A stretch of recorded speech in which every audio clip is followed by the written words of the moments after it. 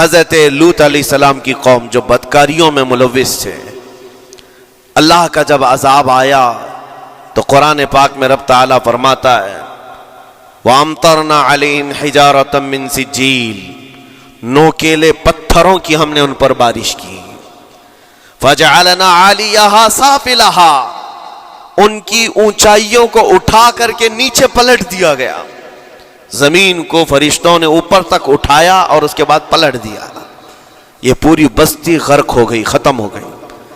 یہ بستی بھی وہی تھی جس کو حضرت لوط علیہ السلام بار بار تنبیہ کرتے تھے کہ ظلم سے بچو، ظلم سے بچو، ظلم اللہ کے عذاب کو دعوت دیتا ہے، لیکن وہ مذاق اڑاتے تھے، اور جب ہلاک و برباد ہو گئے، ختم ہو گئے، ان کی نشانیاں بھی باقی نہیں رہی۔ وہ پتھروں کی بارشیں کہاں ہوئی تھی واللہ عالم، لیکن میرے عزیزو ہم نے دیکھا ہے جہاں یہ قوم آباد تھی اس علاقے کو آج بتایا جاتا ہے وہ جارڈن کا علاقہ تھا، بحر مردار جہاں پر آج باقی ہے، ڈیڈ سی۔ میں خود سفر پر دیکھا جارڈن کی ایک سرزمین پر گاڑی چلتی جا رہی ہے اور کالے کالے پتھر، جہاں تک نظر کرو صرف پتھر ہی پتھر ہیں، بہت نوکیلے، ایسے پتھر میں نے دنیا میں دوسری جگہوں پر نہیں دیکھا۔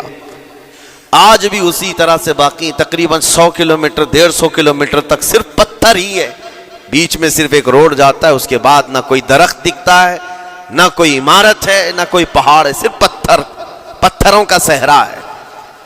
آج کی اس صدی میں دیکھ کر کے ان پتھروں کو ہیبت طاری ہو جاتی ہے، جس وقت وہ برسے ہوں گے ان کی حالت کیا ہوگی۔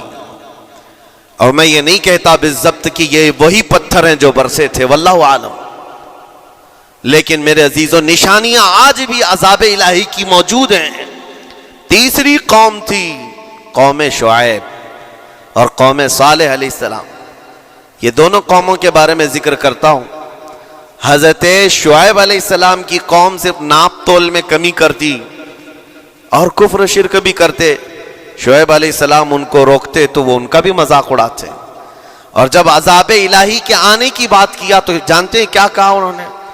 یہ وہ قوم تھی جو پتھروں کو تراش کر کے گھر بنا لیتے تھے، یعنی پورے کے پورے پہاڑ کو، پتھروں کا جو پہاڑ ہوتا ہے اس کو تراشتے تھے، اور ایک آدمی کا ایک گھر ایک پہاڑ۔ آج کے دور میں ساری بلڈوزر مل کر کے نہیں کر پائیں، مشینیں مل کر نہ کر پائیں، وہ اس وقت کے لوگ بھاری بھرکم تھے، جسامت والے تھے، طاقت والے تھے، جب وہ اپنے رہنے کے لیے ایک پہاڑ کو تراش سکتے تھے۔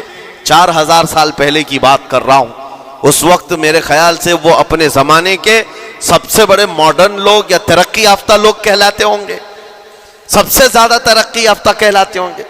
جیسے آج لوگوں کو لگتا ہے رشیا اور امریکہ بہت پہنچے ہوئے ہیں ٹیکنالوجی میں، اس دور کے وہ لوگ سب سے بڑی طاقت کے رکھنے والے تھے۔ جب حضرت شعیب علیہ السلام نے ان کو اللہ کے عذاب سے ڈرایا تو کیا کہتے تھے؟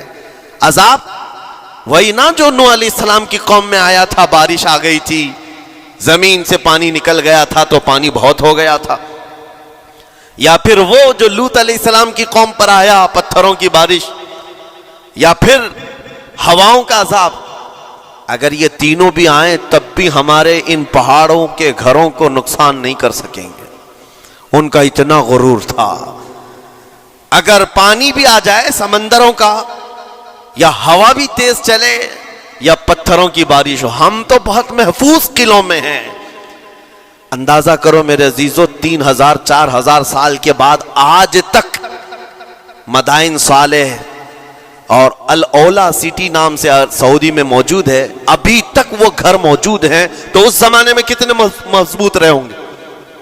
پتہ نہیں 3000 سالوں میں کتنے طوفان آئے، کتنے سیلاب آئے، لیکن ابھی تک وہ پہاڑوں کے گھر موجود ہیں، تو اس زمانے میں کتنے طاقتور ہوں گے؟ ان کا نشہ آسمان پر تھا، غرور چڑھ کر کے بول رہا تھا، کہتے تھے کہ اگر اس طرح کے عذابات آ بھی گئے تو ہمارا کچھ نقصان نہیں ہوگا۔ کون سا؟ نوح علیہ السلام کی قوم کا عذاب آ جائے، لوط علیہ السلام کی قوم کا عذاب آ جائے، یا پھر شعیب علیہ السلام کی قوم کا عذاب آ جائے، یہ صالح علیہ السلام کی قوم کی بات کر رہا ہوں۔ تو پھر ہوا کیا؟ اللہ کے نبیوں نے انہیں ڈرایا اللہ کے عذاب سے، باز آ جاؤ، اللہ وحدہ لا شریک کی طرف جھک جاؤ۔ وہ اکڑ تھی، غرور تھا کہ نبیوں کا مذاق کرتے۔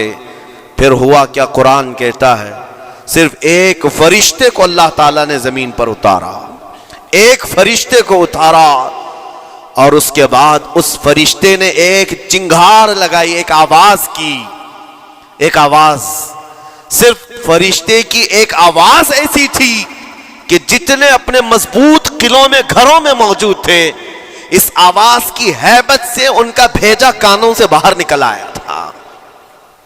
اور صبح کے وقت جب اس بستی میں جا کر کے دیکھیں تو سب کے سب اوندھے منہ گرے ہوئے تھے، ایک بھی اس میں سے بچا ہوا نہیں تھا۔ نہ نوح علیہ السلام کا طوفان آیا، نہ لوط علیہ السلام کی قوم پر برسنے والے پتھروں کا عذاب آیا، نہ ہی ہوائیں چلائی گئیں۔ ایک فرشتے کو بھیج کر رب تعالیٰ نے اپنی قدرت کا مظاہرہ فرمایا۔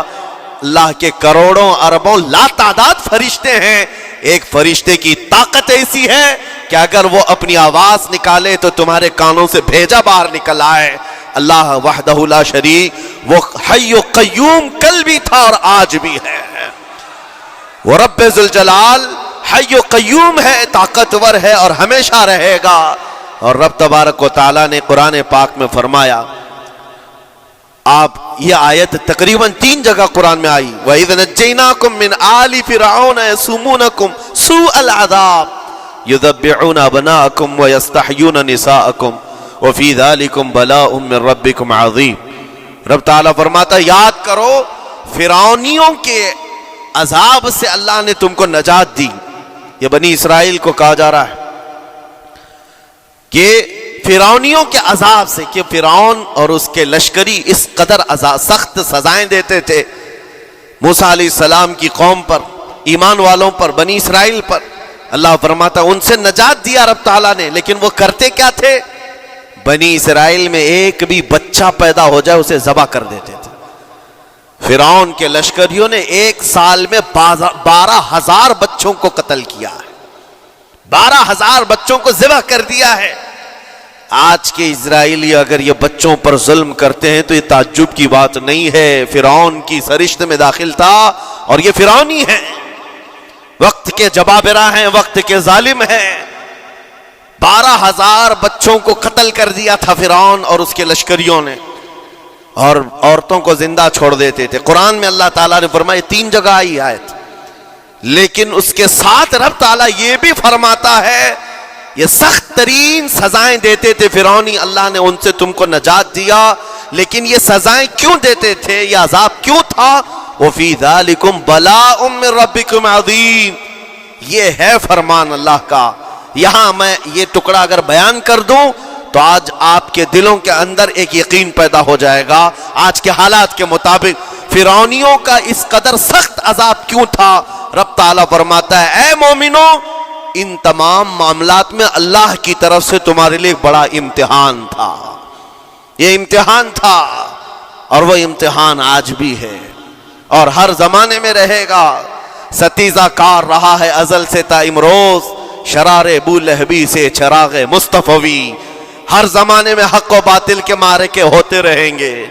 لہٰذا آج کے دور میں یہ سب حالات جو پیدا ہوئے، مسلمانوں کو، مومنین کو ذرا برابر بھی نروس ہونے کی ضرورت نہیں۔ تم جس دین سے وابستہ ہو، اس دین کی حفاظت کا ذمہ اللہ نے اپنے ذمے لیا ہے۔ یریدون لیطفئوا نور اللہ بافواہہم، قرآن میں اللہ فرماتا ہے کفار و مشرکین اپنے منہ کے پھونکوں سے اللہ کے اس چراغ کو بجھانا چاہتے ہیں، اللہ اپنے اس چراغ کو مکمل کر کے رہے گا۔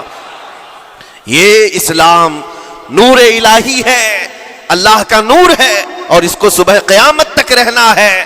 اور ہم جیسے اور بھی آئیں گے اس زمین پر، اور آئیں گے جاتے رہیں گے، یہ آبادیاں ہیں بدلتی رہیں گی، خدائی قانون ہے، لیکن اسلام نہ کل بدلا تھا، نہ آج، نہ قیامت تک بدلے گا۔